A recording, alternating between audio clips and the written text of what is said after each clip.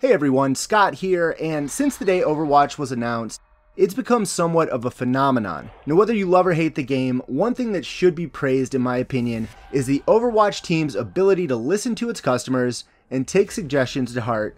Sometimes this doesn't always work out,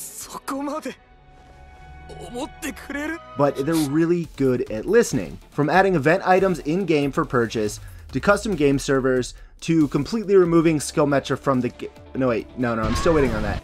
But it's obvious that they're listening. They read the forums all the time. You see Jeff responding. There's all kinds of Twitter blasts and stuff like that. They try to be transparent, and it seems they do listen to the community, which is something you don't see too often in gaming. It's very, very refreshing. Last week there was an update from Papa Jeffu Newgaben that they're changing the rates in which we receive duplicates in loot boxes, which is a direct correlation to the huge outrage that followed the anniversary event. People were saying there were too many items in the boxes, too many icons and voice lines and stuff like that. So you actually had to spend like 51,000 credits just to get the emotes and the skins, which is kind of crazy. There were a lot of items in that event compared to previous ones. And in that same developer update, they said there was going to be a new highlight system, which happens to be live in the PTR right now. And then finally, something that's been requested since the launch of the game, custom crosshairs are hitting the PTR. Now I won't talk too much about the highlight system, since I'm sure there's a 10-minute, 5-second video out there already going over it, but I will show you very quickly just how it works. Okay, so it looks different. You'll notice it says today's top 5. It'll keep the top 5 highlight clips that you have for the day. I only played 2 games, and I'm going to speed up through this McCree highlight because a 2-kill high noon, it's just not that riveting, but I wanted to show you how the system works. Now it gives you the option, once you click on it, you can hit record. And the cool thing about this is if you play in lower settings, you can actually go into the settings of the recorded highlight and change to 60 frames per second.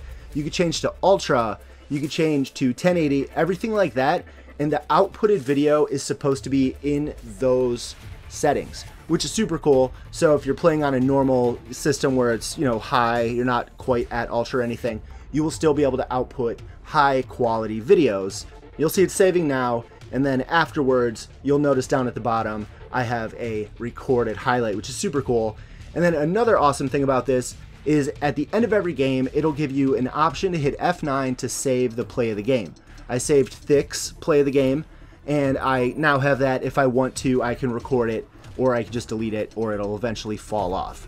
But eventually I'd like to see something like Source TV that TF2 has, where you can actually go into and do like a replay editor. I doubt it'll ever happen, but that would be super awesome if you could go through full clips of gameplay and then just change stuff around. Change the view, slow-mo, fast forward, everything like that. The replay editor was an amazing tool for its time, and I can only imagine the type of content we would see if Overwatch added something like that. Now on to the big one, at least for me anyways. If you've played an FPS on the PC in the past, then more than likely you've used a custom crosshair to get that exact feel that you want while you're out murdering other players across different maps and locations and space, things like that. Currently in Overwatch, the crosshair options are pretty glum. You have 4 basic shapes and 7 colors to choose from. It's not bad. It's definitely than one crosshair for everybody, but it could be a lot better. But with the newest PTR update, you can change those 4 shapes to fit what you need. Wider, longer, fatter. For me personally, I'm kind of blind. I like the dot crosshair, so I bumped it up to an 8 size, which I know it's big, it'll work out well, and then eventually I can mess with it a little more for certain opacity and stuff like that, so that it gets to the exact feel that I want. And I know that was something that a lot of people wanted since the very launch of the game. You also have 13 colors to choose from instead of the 7, and I read something on the Blizzard forums. I know a lot of people want a color slider, so you can just choose what you want color-wise, change everything basically. They said that there is no option for that at this time, just with the build of the game.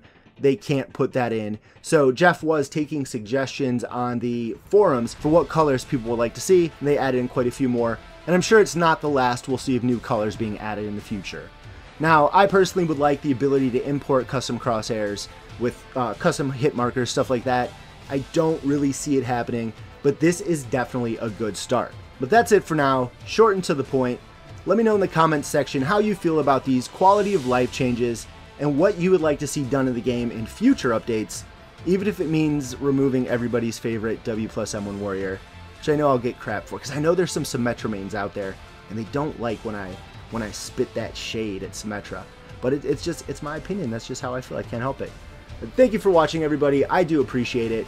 And until next time, remember, the cart is not going to move by itself. Get on that thing. See you next time. Peace.